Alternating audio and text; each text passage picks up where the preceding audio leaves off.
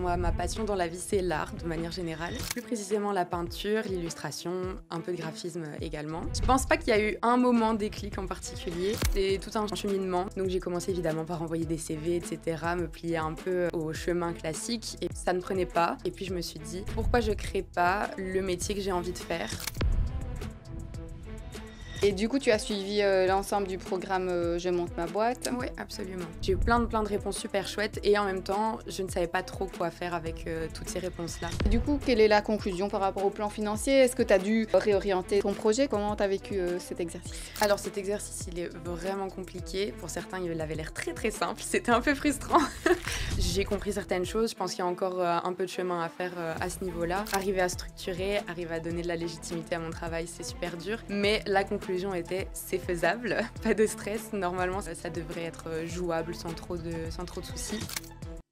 Bienvenue sur Éclosion entrepreneuriale, le podcast pour toutes celles et ceux qui souhaitent se lancer dans l'aventure entrepreneuriale ou ceux qui viennent tout juste de se lancer et qui ont envie de partager leur histoire passionnante. Je suis Sophie Lerson, entrepreneur depuis 2014. J'ai créé et géré 4 entreprises et je suis ici pour vous accompagner dans la formation et la structuration de votre projet. Chaque semaine, découvrez des parcours d'entrepreneurs, des conseils pratiques et des stratégies pour réussir et surmonter les défis entrepreneuriaux. Préparez-vous une bonne tasse de thé et rejoignez-nous pour un moment de partage et d'inspiration. Bonjour et bienvenue dans ce nouvel épisode d'Éclosion entrepreneuriale. Je suis avec mon invitée du jour et je vais tout de suite vous la présenter. Juste une minute pour vous dire que, comme d'habitude, c'est un interview où on va parler d'une personne qui a osé faire le pas de l'entrepreneuriat, qui a osé le pas de développer son projet professionnel. Et pendant cette interview, je vous parlerai aussi de quelques petits conseils au niveau de votre étude de marché, comment vous allez pouvoir poser les questions à votre client cible et en retirer une information cruciale. Je n'attends plus, je vous présente Lilou. Lilou, bienvenue. Merci beaucoup, ça me fait plaisir d'être là. Alors, tu es bien installée, tu as ta petite tasse de thé? Oui, absolument. Eh bien, d'ici 1 minute, je t'invite à retourner le couvercle et déposer l'infuseur dessus. Comme ça, tu pourras déguster ta bonne tasse de thé. Ça marche. C'est parti. Un grand merci. Avec plaisir. Alors, Lilou, si je t'ai fait venir ici, c'est parce que tu as un projet entrepreneurial. Ouais. Raconte-nous qu'est-ce qui te passionne, quel est le projet professionnel que tu lances. Oui, alors moi, ma passion dans la vie, c'est l'art de manière générale, mais plus précisément la peinture, l'illustration, un peu de graphisme également, suite à mes études. Et donc mon projet, c'est tout simplement de devenir peintre muraliste pour faire des fresques chez les gens, dans les entreprises, égayer un peu les intérieurs, voilà. Ok, cool. Alors, on peut te retrouver sous quel nom sur les réseaux? Sur les réseaux de Fifth Wall, donc le 5e mur, traduit en français, sur TikTok et Instagram pour l'instant. Chouette. Donc là, si je ne dis pas d'erreur, tu es en phase de lancement. Donc, c'est pas ça. encore officiel. Ou Absolument. peut-être que quand le podcast sortira, ce sera officiel. Peut-être. Normalement, le 1er octobre, c'est mon objectif pour être oui. lancé officiellement. Donc, dans un gros mois, là, ça devrait pas tarder. Bravo, félicitations. Merci. Comment cette envie de lancer ton entreprise est venue? Qu'est-ce qui a été le déclic? Qu'est-ce qui a fait qu'un jour tu t'es dit, je vais lancer The Fifth Wall? Je pense pas qu'il y a eu un moment déclic en particulier. C'est tout un cheminement. Donc, moi, j'ai fait 3 ans de bachelier à Saint-Luc en graphisme. Donc, plus destiné à arriver en boîte de graphisme, faire des logos. Je respecte énormément ce métier. Mais je sentais au fond de moi que c'était pas trop ce que j'avais envie de faire. Me retrouver dans une boîte, devoir travailler là-dessus. Je sais pas, c'était un sentiment. C'était pas vraiment fait pour moi. J'avais besoin d'un truc un peu plus libre et artistique. Donc, j'ai commencé évidemment par envoyer des CV, etc., me plier un peu au chemin classique. Et ça ne prenait pas. Je pense que l'envie n'y était pas non plus, donc ça peut pas fonctionner. Et puis je me suis dit, pourquoi je crée pas le métier que j'ai envie de faire? J'ai vu quelqu'un d'autre sur LinkedIn, ce merveilleux réseau, faire ce travail. Et je me suis dit, pourquoi pas me lancer moi aussi? Peindre sur les murs, je l'ai déjà fait chez moi, sans aucune idée de me dire, allez, ça pourrait être un métier ou quoi. Et quand j'ai vu que c'était possible, je me dis, mais... Vraiment, j'ai vraiment envie de me lancer là-dedans et pourquoi pas le créer pour moi, en fait, tout simplement. Ok. Voilà. Donc, tu t'es dit pourquoi pas. Quelle est l'étape juste après? Qu'est-ce que tu as fait pour Bah, l'étape juste concrétiser? après et en même temps, tout s'est fait un peu en même temps, j'ai l'impression. Je recherchais donc l'été passé, de nouvelles formations pour me dire j'avais l'impression que mes recherches d'emploi, ça fonctionnait pas parce que j'avais pas assez de formation, pas assez de bagages. Donc je m'étais dit: «Bah, je vais continuer à me former dans ce milieu-là» et je suis tombée sur le site de l'IFAPME où j'ai regardé plein de formations, il y en a vraiment beaucoup et dans tout ça, il y avait la formation «Je monte ma boîte», donc pour, devenir, indépendant et se lancer et je me suis dit: «Mais en fait, c'est arrivé au bon moment», je pense et les 2 idées ont fusionné. Je me suis dit vraiment, «Faut y aller, quoi». Donc Super. voilà. Bon. Et du coup, tu as suivi, l'ensemble du programme, Je monte ma boîte, Oui, absolument. notamment, l'analyse, la stratégie commerciale de Oui. ton projet, avec une analyse, de ton client cible. C'est ça, Ouais. absolument, les Une personas. analyse, du marché. Oui, tout Donc à tu es fait. allée poser, des questions à ton client idéal. Oui, c'est ça. Comment ça s'est passé? J'ai eu énormément de réponses. C'était vraiment cool de voir que ça prenait et que les gens étaient, intéressés et donnaient de leur temps pour, répondre à mes questions, tout simplement. Mais j'ai pas forcément eu, dans toutes les réponses des voies très précises de ce que ça pourrait donner. J'ai eu plein de réponses super chouettes et en même temps, je ne savais pas trop quoi faire avec, toutes ces réponses-là. Oui. Donc je pense qu'on aurait pu préciser un petit peu les questions et aller, sur des choses un peu plus pointues. Oui, et c'est, justement le sujet de notre capsule du jour, c'est comment, lancer une bonne étude de marché, comment aller chercher la bonne information, que ce soit au niveau des besoins de votre client ou au niveau, justement de l'élaboration des questions et de l'analyse des résultats. On se retrouve tout de suite. Bonjour! Aujourd'hui, je vais vous parler d'un élément clé lorsqu'on se lance dans un projet entrepreneurial, l'étude de marché. L'étude de marché, évidemment, ça a pour but de vérifier son persona, d'identifier les besoins, les problèmes de votre persona. Et on va parler aussi de comment collecter des données concrètes pour valider vos hypothèses. Alors, pour commencer, vous le savez, c'est hyper important. Pourquoi c'est important de connaître votre persona et qu'est-ce que c'est un persona? Bon, le persona, c'est le portrait robot de votre client idéal, celui ou celle pour qui vous créez en fait votre produit ou votre service. C'est important parce que si vous ne savez pas précisément à qui vous allez vous adresser, si vous ne comprenez pas ses besoins réels, ses frustrations, ses problèmes, ses attentes, vous risquez de créer quelque chose qui ne trouvera pas preneur ou en tout cas pour lequel vous ne communiquerez pas correctement. Donc avant de vous lancer à corps perdu dans la création de votre offre, il est vraiment essentiel de vérifier ce que vous proposez et est-ce que ça résonne finalement avec les attentes de clients. Donc la première étape, c'est vraiment de lancer, votre étude de marché et de définir clairement votre persona. Donc pour dresser finalement ce portrait robot, de votre client idéal, il y a plusieurs critères à définir. Ce qu'il vit au quotidien, ses frustrations, ce qu'il cherche à résoudre, comment, votre produit ou votre service peut aider à résoudre, ce problème. Donc, si vous lancez je sais pas moi, un service de coaching pour les entrepreneurs, vous pourriez imaginer que votre persona est un entrepreneur de 35 ans qui a du mal à équilibrer sa vie professionnelle, personnelle, qui cherche des outils pour gagner en productivité et sans sacrifier son bien-être évidemment. D'ailleurs, je vous invite à regarder, un autre podcast qui parle, de ça. Je mettrai le lien. Et donc une fois que vous avez défini finalement votre persona de manière précise, il est temps de passer à l'étape suivante, c'est-à-dire valider vos hypothèses et pour ça, rien de tel qu'une étude de marché. Le meilleur moyen pour obtenir les informations concrètes sur votre audience, c'est de leur demander en fait. Et donc, utiliser une étude de marché avec un logiciel de sondage en ligne, Google Survey ou n'importe quel autre outil, ça peut vraiment vous être d'une grande utilité, mais il faut évidemment bien construire votre questionnaire. Et donc là, ce que moi je conseille souvent, c'est de vous poser les questions pour confirmer certaines hypothèses, donc les choses sur lesquelles vous êtes sûr par rapport à votre persona et ses besoins, et puis justement d'aller vérifier certains doutes. Attention à vos questions, il faut qu'elles soient évidemment claires, concises et qu'elles ne parlent pas de vous, mais plutôt de la personne en soi. Donc, quel type de questions poser? D'abord, les questions sur les besoins et les problématiques de votre persona.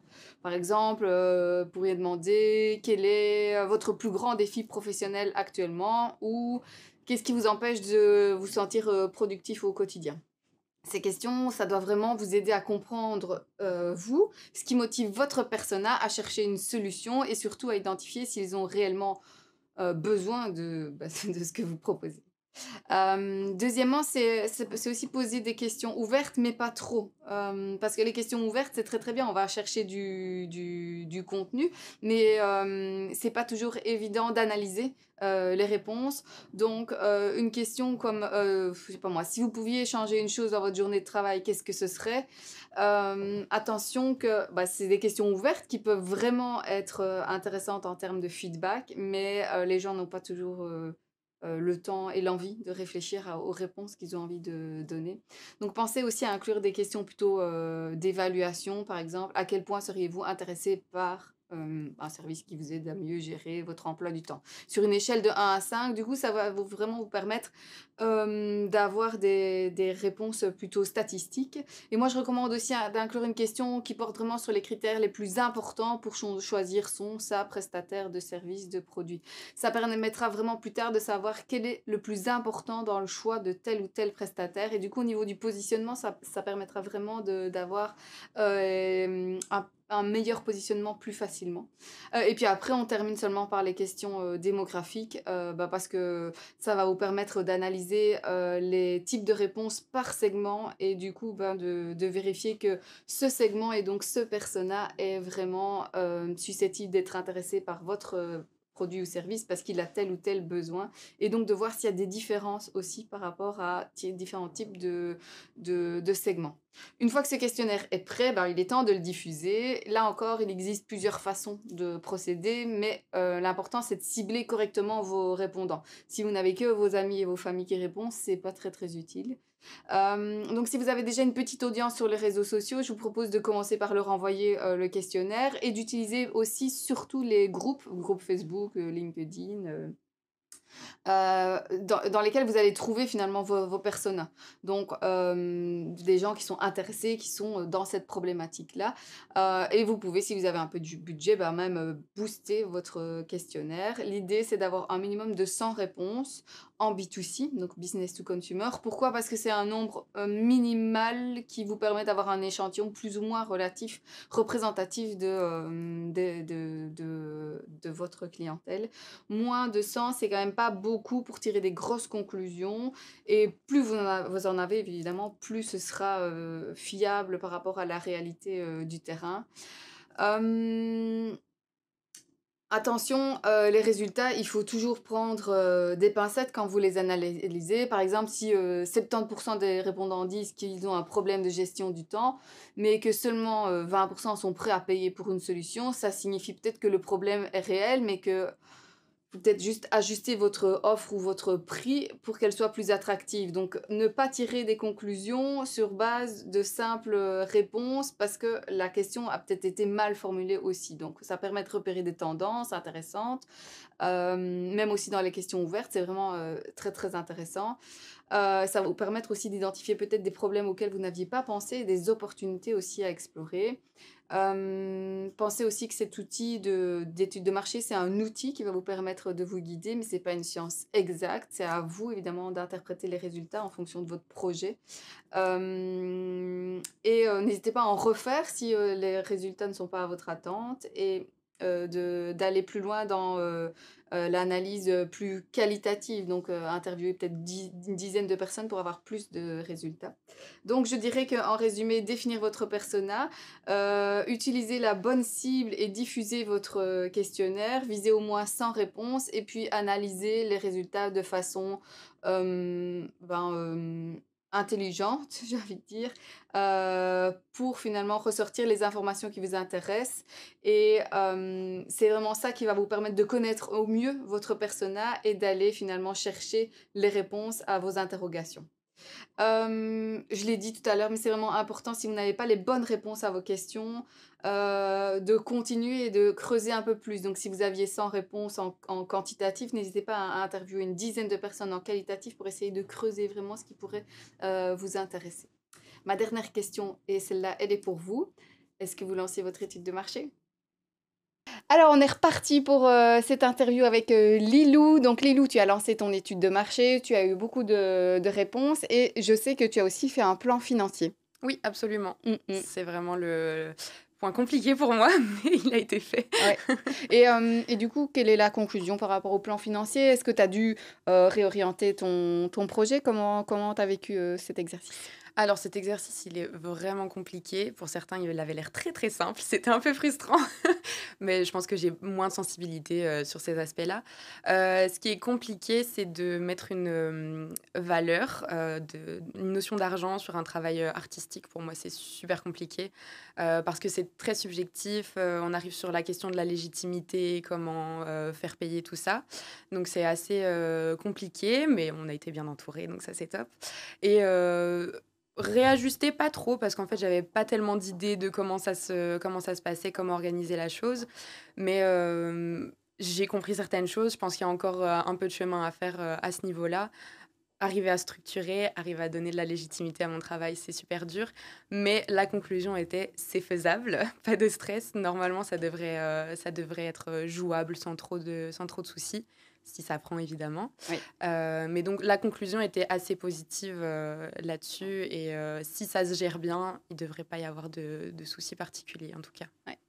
Alors, pour connaître un tout petit peu ton projet, je sais que la difficulté ne sera pas vraiment au niveau de la marge, c'est finalement toi qui vas passer le plus de temps et donc c'est finalement ton taux horaire Mhm.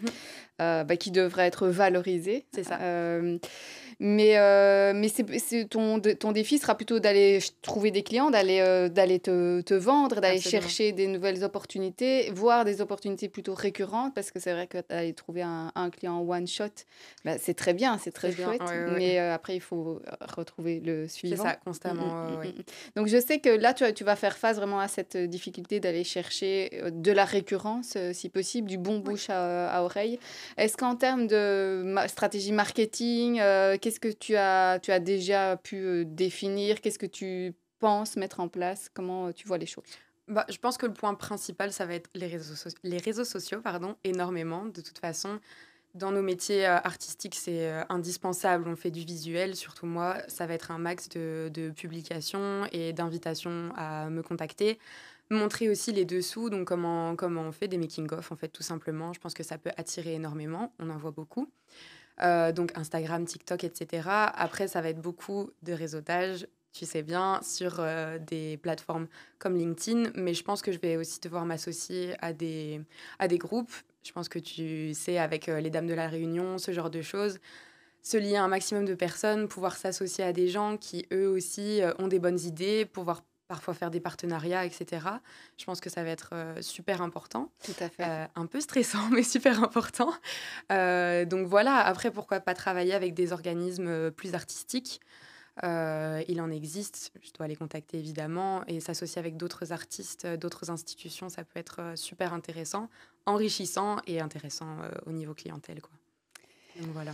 Tu dis que c'est un peu stressant. Oui. Qu'est-ce qui te stresse? Quelles sont tes craintes? Bah, c'est surtout arriver dans des grands groupes d'indépendants, des gens qui sont déjà installés depuis longtemps. Ça peut être un peu intimidant, super inspirant, je pense, mais intimidant au début de se dire, voilà, j'arrive, je me sens légitime ou pas, faire sa place. Et bah, je pense que les craintes sont plus de mon côté, hein. Je pense que je devrais être assez bien accueillie de manière générale. Les gens sont vraiment sympas, Oui. plus sympas qu'est-ce qu'on pense. Donc non, ça devrait aller, mais je pense que c'est faire le premier pas et se dire je suis légitime d'arriver dans des groupes comme ça et de faire ma petite place et voilà, de participer à tout ça. Mm, mm. Mais je pense que c'est le premier pas et après ça devrait aller. Bon, alors, j'ai une question piège, mais si tu ne sais pas y répondre, on coupera au montage, Ouais. ne te tracasse pas. Est-ce que tu sais à peu près le nombre de murs que tu dois peindre sur une année pour être rentable? Ah, on l'avait défini, non, on avait défini des heures de travail, D'accord. mais on n'avait pas défini des murs en fait parce que un mur peut prendre une semaine à être fait comme une après-midi selon le projet en fait. Donc c'est super compliqué de définir un chiffre. Mais on avait défini, il me semble, des heures de travail par semaine et on était autour... Non, par mois. Je ne sais plus exactement, mais on avait défini en heures, pas en murs, parce que c'était trop compliqué. Il y a trop de différences selon les projets, en fait. D'accord, ok. Donc, voilà. Et quelle est ta vision par rapport, ok, 1er octobre, tu vas devenir Mhm. indépendante. Qu'est-ce que tu vas faire en premier? En premier, c'est... j'ai déjà là des personnes qui m'ont demandé des projets. Ça reste pour l'instant des amis de la famille.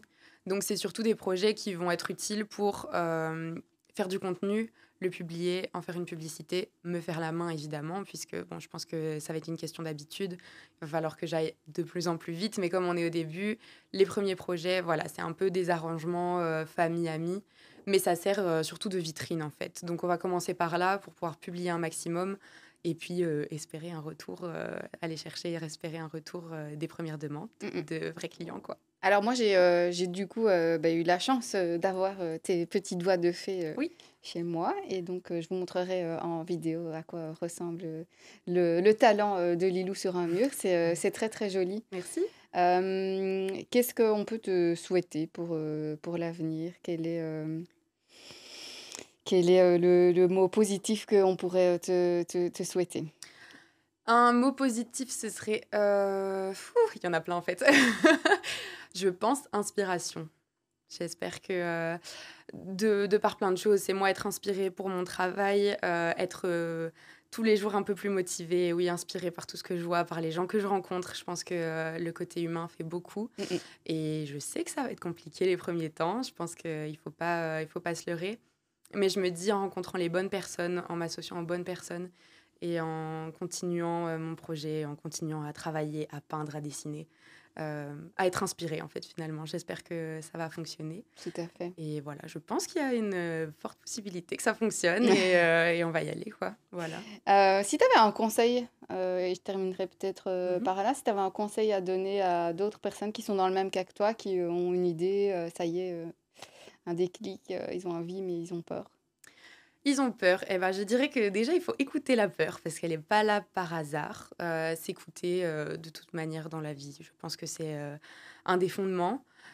S'écouter absolument. Je pense que si on a une envie forte, il faut se rappeler que se lancer solo en tant qu'indépendant, on n'est jamais vraiment tout seul en fait. Je pense que le meilleur conseil, ce serait de s'entourer, de rechercher les formations qui peuvent nous aider, les gens qui peuvent nous aider, que ça soit en ligne tout simplement, des tutos tout simplement, ou aller chercher une vraie formation.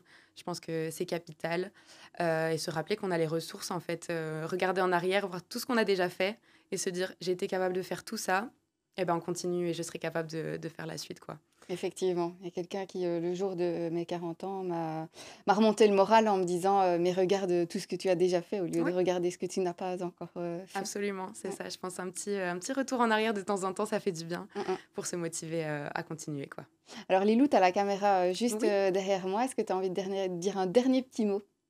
Un dernier petit mot, soyez inspirés, soyez motivés, soutenez les gens autour de vous qui ont envie de se lancer, soutenez-vous vous-même, c'est le plus important et puis, bah, voilà, lancez-vous si vous avez envie. On fait un petit chin-chin? On fait un chin. Santé! Santé!